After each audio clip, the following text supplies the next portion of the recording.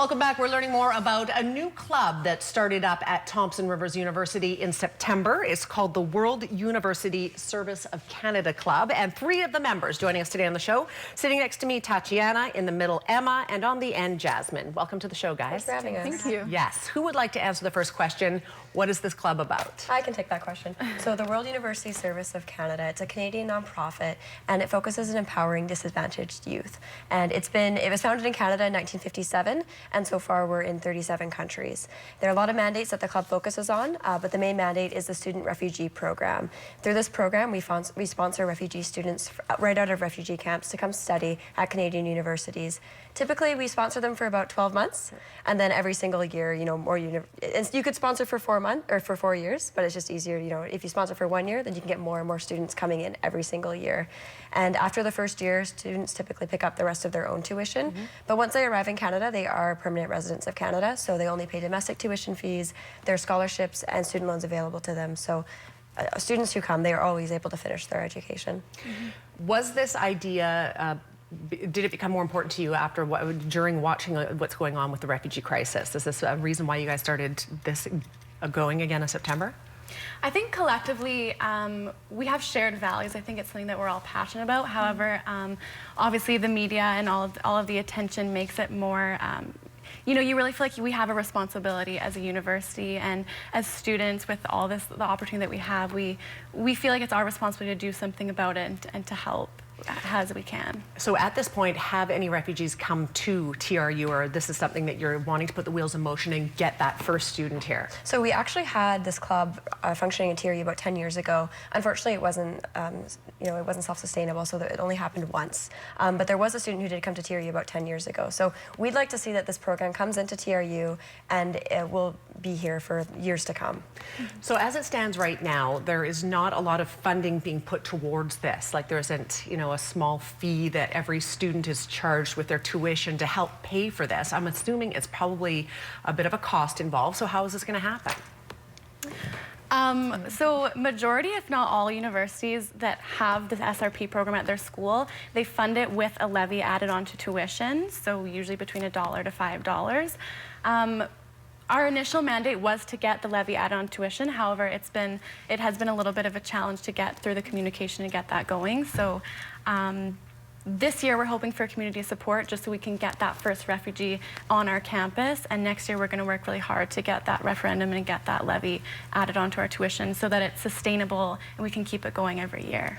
And so once that gets started, that's going to afford you the ability to get that first student and perhaps more. How do you choose what country you would draw from, or would people apply and then you would choose one of them? How does that work? So we don't really get a huge choice. The refugees can come from anywhere. Obviously this year there's a huge push for Syria.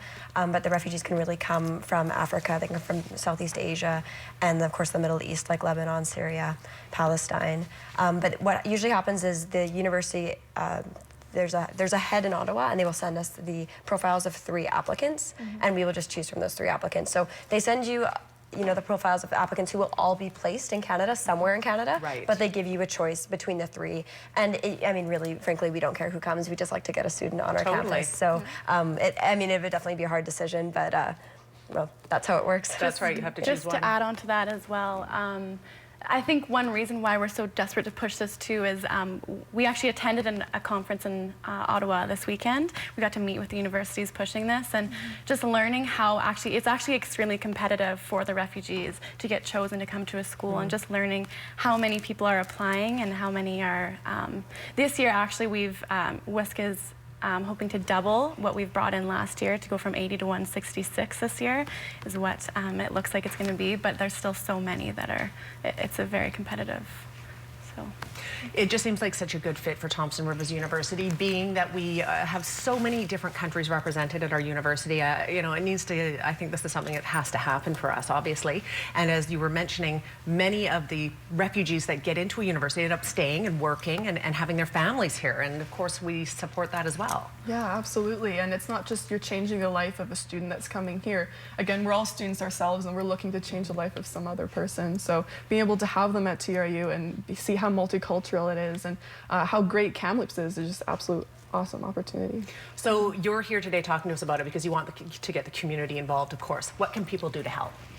All right, there are a number of ways you can donate. We thankfully the TRU Foundation stepped up, and they actually we have a fund set up with them. So you can donate through the foundation if you just Google. I think the link will come up actually, but you can just Google the foundation, and you're able to select the TRU Student Refugee Program. Okay. So you select that, and then you can just donate straight to us. If not, though, you can also email or mail a check to the foundation. Okay. And just in the memos, just specify the TRU Student Refugee Program. Fantastic, and that email address is, or rather the website is on the screen. And you're obviously hoping that TRU decides that, yes, let's put a levy on fees and then make this happen in fast order. When would you like to see the first student come in? Like next September, possibly? Fall or- 2016, that's our plan. Yeah. Good for you guys. This is a lot to do, considering you're all taking your studies very seriously as well. And you've got this going on, but you know what? You're paying it forward and changing lives, and I think that's very commendable. So good for the three of you for doing this. Thank you. Yeah. We are out of time, but again, take a minute to note the website address, and if you would like to donate and help get this rolling, a great opportunity for refugees to come here and be educated in our great country, specifically here in Kamloops. We're back in 90 seconds. Stay with us.